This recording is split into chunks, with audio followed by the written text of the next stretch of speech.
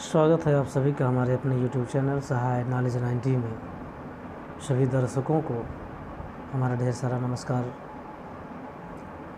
और सभी दर्शकों को हम यह बताना चाहते हैं कि आज यह वीडियो 19 सितंबर को होने वाला GIC प्रवक्ता के से संबंधित है, जो उत्तर प्रदेश लोक सेवा आयोग के द्वारा आयोजित होने वाली परीक्षा है। प्री परीक्षा है। इसमें 2 परीक्षाएं होनी है, एक ये प्री परीक्षा और दूसरा मेंस परीक्षा होनी है। तो प्री परीक्षा के कुछ क्राइटेरिया निर्धारित की गई है, जिसमें 120 प्रश्न पूछने हैं।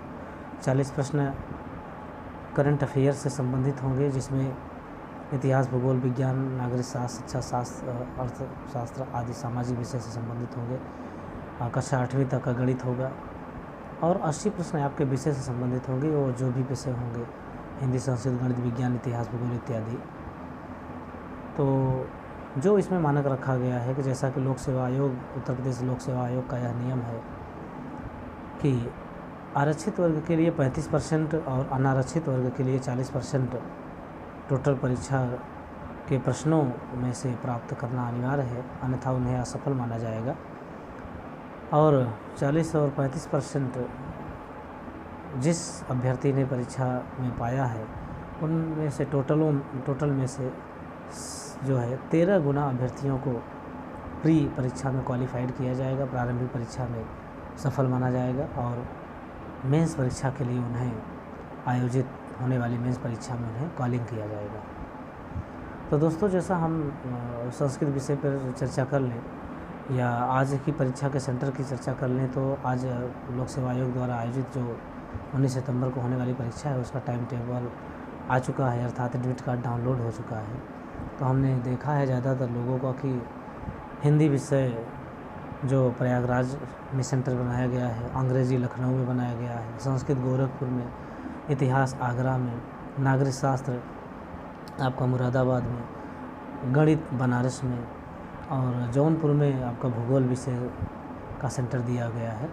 तो जैसा कि इसमें देखा गया कि कुछ पुरानी परीक्षाओं में रेजमाइंडेशन व्यवस्था के आधार पर इसमें भी जो है सेंटर को और ज़िलों को प्रायः स्थानांतरित कर दिया गया है।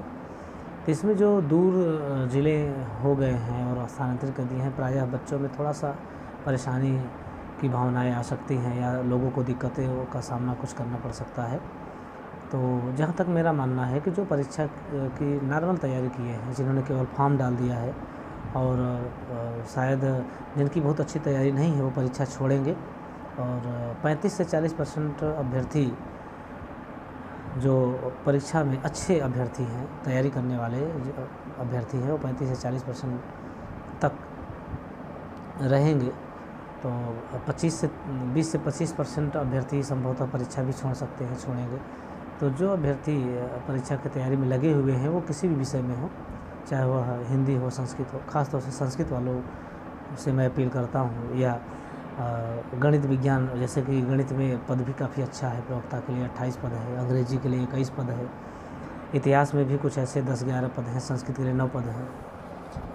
तो उन लोगों से अपील करूंगा कि वो सब अपनी परीक्षा, जिन्होंने तैयारी किया है, जिनको लगता है कि मैंने ठीक ठाक परीक्षा की तैयारी किया है, वो बिल्कुल परीक्षा को न छोड़ें। परीक्षा सेंटर दूर होने के कारण यह भावना मन में बिल्कुल नहीं आनी चाहिए कि हमारा सेंटर बहुत दूर हो गया है, या हमें कोई दिक्कत हो सकती है, हमें जाने में कोई दिक्कत होगी, या हो सकता है ऐसे जो है तैयारी हमारी अच्छी नहीं है। तो इस चीज़ को न मानें, परीक्षा अवश्य दें। और मैं उम्मीद करता हूँ और आशा भी करता हूँ कि उस 13 गुना सफल अभ्यर्थियों में भी आपका नाम होगा।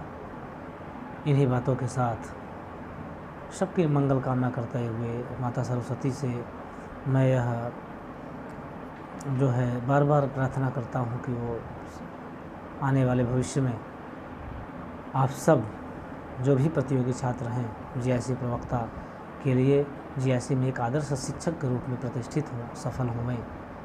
तो सर्वे भवन्तु सुखिनः, सर्वे सन्तु निरामयाः, सर्वे भद्राणि पश्यन्तु माँ कश्चित् दुःख भाग् भवेत् की भावना के साथ आप सबको बहुत बहुत बधाई। अभी 12 दिन बचे हैं। 12 दिन में आप अच्छा मेहनत करिए, बेहतर में जो है परिश्रम करिए। तो जो कुछ भी छोटे मोटे कवर करने हैं, छोटी मोटी चीज़ें हैं, उनको आप कवर कर सकते हैं, पढ़ सकते हैं। और किसी भी परीक्षा नज़दीक यदि आ जाए, चाहे वह कंपटीशन का परीक्षा हो, कंपटीशन हो, वनडे एग्ज़ाम हो या किसी जो है डिग्री से संबंधित परीक्षाएं हैं, तो हमेशा 3+1 की तैयारी होती है।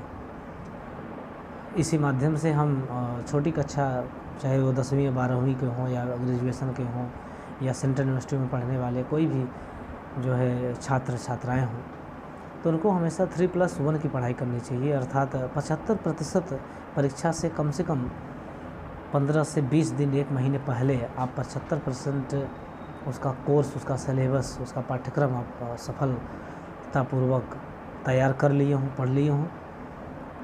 रही बात परीक्षा के नज़दीकी समय में केवल आपको 25% दोहराना या पढ़ना होता है, उसको आप छोटे छोटे पॉइंट्स बना करके आपको ये देखना होता है, धीरे धीरे करके जो है आपको रिवीजन करना हो चाहिए भी, कि आराम से जो 25% बचे हैं उनको केवल रिवीजन हो सकता है। बहुत जोर जाकर, बहुत घबराहट लेकर के या बहुत प्रेशराइज होकर के किसी परीक्षा के नज़दीक आने पर नहीं पढ़ना चाहिए, क्योंकि ऐसा करने पर मानसिक दबाव होता है और कुछ सही प्रश्न भी लोग गलत कराते हैं। और यह तो ह्यूमन एरर भी होता है कि हर परीक्षाओं में 1-2 प्रश्न ऐसे सरल प्रश्न होते हैं कि जो बहुत ही सरल होते हैं, लेकिन परीक्षार्थियों के द्वारा वो प्रश्न भी गलत हो जाते हैं। तो इसके लिए बहुत दबाव बना करके नहीं, स्वच्छंद मन से और स्वतंत्र होकर के आप पढ़ाई करें। इन्हीं शुभकामनाओं के साथ जय हिंद।